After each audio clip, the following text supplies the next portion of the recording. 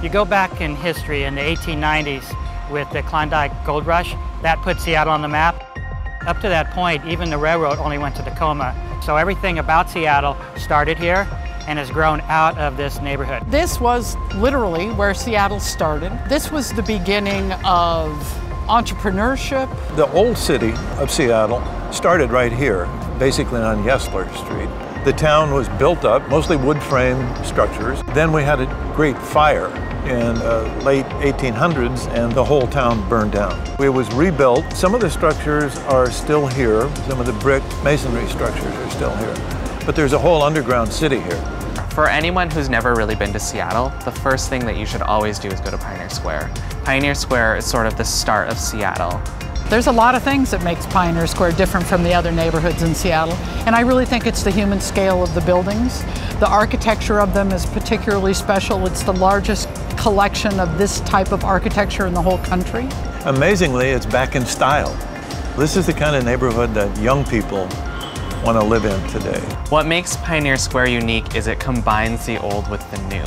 What's interesting is you have the dynamics of the old school buildings, but with new residents, and they're constantly changing and improving, but still maintaining the old look of the classic Pioneer Square. You've got the waterfront right next door, which is going to be, in a couple of years, a really wonderful magnet for the whole city. When the viaduct comes down, that's going to change this neighborhood completely in a positive way. You can feel the excitement in the neighborhood that this new area is going to completely open up to all of us. Pioneer Square is finally doing its renaissance after 100 years after its last big gold rush, thanks to a lot of things happening now, including the waterfront. When that gets opened up, the public will be able to walk from Pioneer Square, the oldest and most historic part of Seattle, all along a beautiful new waterfront promenade, all the way up to the sculpture park.